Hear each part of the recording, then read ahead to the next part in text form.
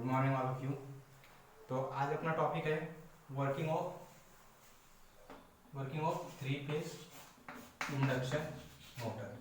तो आप सभी को पता है इंडक्शन मोटर मतलब क्या होता है। एक ऐसी मोटर जो क्या होती है, मोटर मतलब क्या होता है, इलेक्ट्रिकल एनर्जी को काय में कन्वर्ट किया जाता है, मैकेनिकल एनर्जी में। ठीक है, तो वो मोटर में से एक मोटर जो है इंडक्शन मोटर, जिसको अपन थ्री फेज सप्लाई भी देते हैं। ठीक है, तो थ्री फेज इंडक्शन मोटर भी रहती है और सिंगल फेज इंडक्शन मोटर भी रहती है।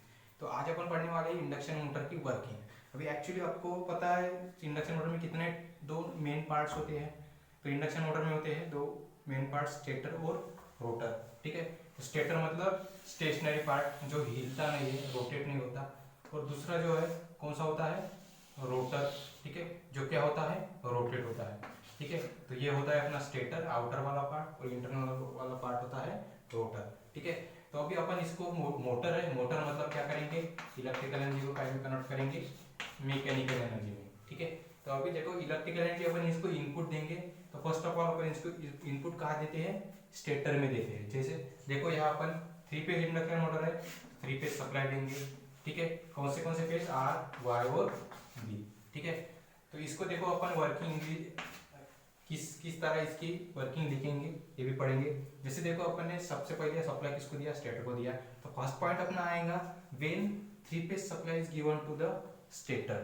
ठीक है, थ्री फेज सप्लाई अपन ने किसको दिया है, स्टेटर को दिया है। When three phase supply is given to the stator then rotating magnetic field is generated between rotor and stator. ठीक है, और जैसे अपन ने सप्लाई दिया क्या जनरेट हो जाता है, rotating magnetic field. Magnetic field मतलब ही मैग्नेटिक फ्लक्स। ठीक है, तो रोटेटिंग मैग्नेटिक फील्ड जनरेट हो जाता है किसके बीच में, रोटर और स्टेटर के बीच में।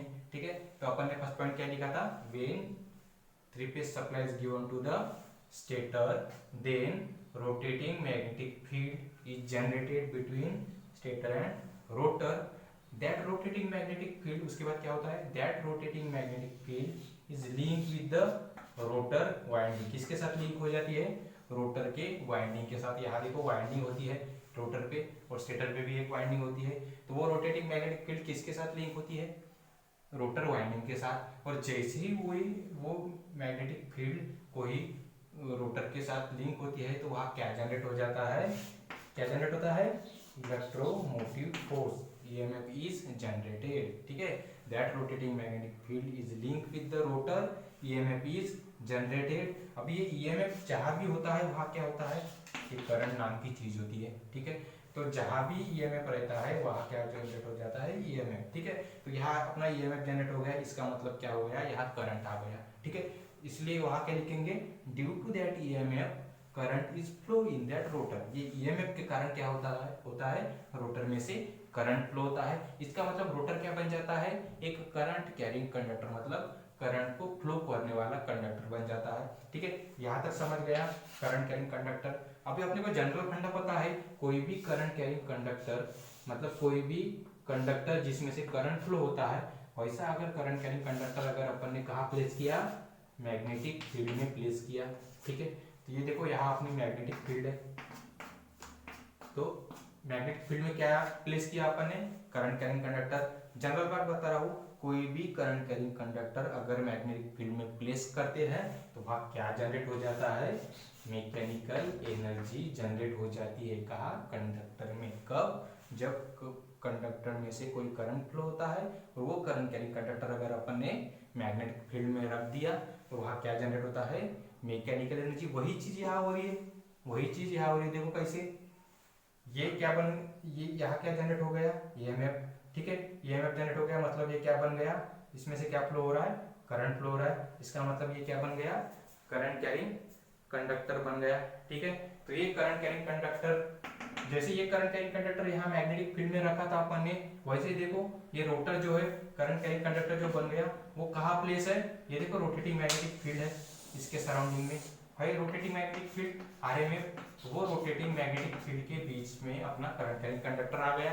और जब ये दोनों चीज होते हैं, जब ये दो चीज होते हैं, करंट कैरिंग कंडक्टर और मैग्नेटिक फील्ड, तब क्या जनरेट होता है, magnetic field, sorry mechanical energy. ठीक है, वैसे ही यहाँ जनरेट हो गया। देखो ये करंट कैरिंग कंडक्टर कहाँ प्लेस आ गया, मैग्नेटिक फील्ड में, रोटेटिव रहे या स्टेशन रहे, ठीक है। तो ये कंडक्टर कहाँ आ गया, current carrying conductor magnetic field में, तो यहाँ भी क्या जनरेट हो गया, यहाँ भी क्या जनरेट हो जाएगा, mechanical energy.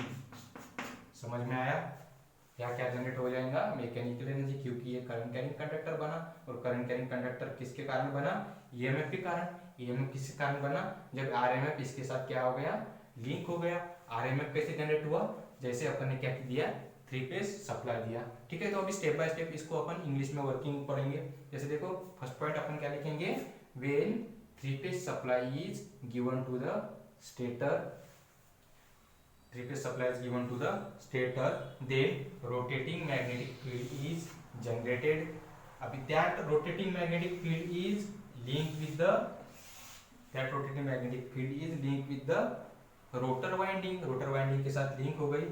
Due to that linkage, ठीक है, due to that linkage EMF is generated, EMF क्या हो जाएगा, जनरेट हो गया, ठीक है। Due to that EMF, EMF के कारण क्या हो गया, due to that EMF current is flow in that rotor, ये EMF कारण क्या हो गया, due to that EMF current is flow in that rotor, and that current carrying conductor, when that current carrying conductor placed in magnetic field, then mechanical energy is generated, ठीक है।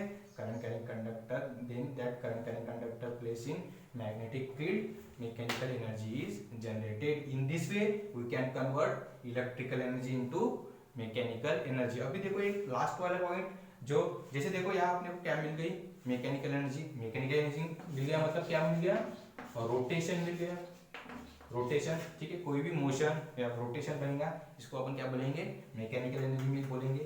अभी यहाँ अपने को क्या मिल गया, मैकेनिकल एनर्जी, रोटेशन मिल गया। अभी इसको रोटेशन मिल जाएगा, लेकिन रोटेशन कौन से डायरेक्शन में, कौन सी डायरेक्शन, जैसे देखो अपना फैन जो है, फैन में भी इंडक्शन मोटर यूज होती है, सिंगल फेज इंडक्शन मोटर, वहां भी अपने को मैकेनिकल एनर्जी आउटपुट मिलती है, तभी तो फैन घूमता है, ठीक है। तो ये अपने को मैकेनिकल एनर्जी आउटपुट मिली है, ये तो रोटेशन मिला है।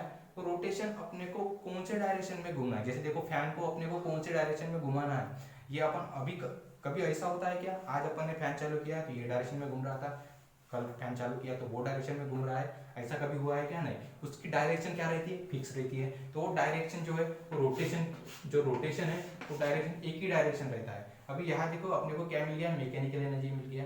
तो मैकेनिकल एनर्जी मतलब रोटेशन जो है, अभी ये मोटर को कौन से डायरेक्शन में घूमना है वो कौन डिसाइड करता है, लेंजेस लॉ के अकॉर्डिंग अपना जो रोटेशन है वो डिसाइड होता है। तो लास्ट वाला पॉइंट अपन क्या बोलेंगे, finally when mechanical energy is generated, that rotation is decided according to the Lenz law. Rotation किसके ऊपर डिसाइड होता है, कौन से डायरेक्शन में घूमना है किसके ऊपर डिसाइड होता है, लेंजेस लॉ के ऊपर। अभी लेंजेस लॉ को अपन डिटेल में बाद में पढ़ेंगे।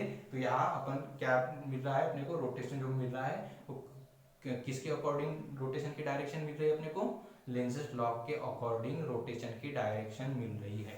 समझ में आया लास्ट पॉइंट, ठीक है। तो इसका जो राइटिंग में है, मैं जो सभी पॉइंट जो है आपको भेज दूंगा, ठीक है। समझ में आया सभी को वर्किंग, जिसको भी कोई वर्किंग का कोई भी पार्ट नहीं समझा हो मेरे को बता दे, मैं डबल वर्किंग समझा के दूंगा, ठीक है।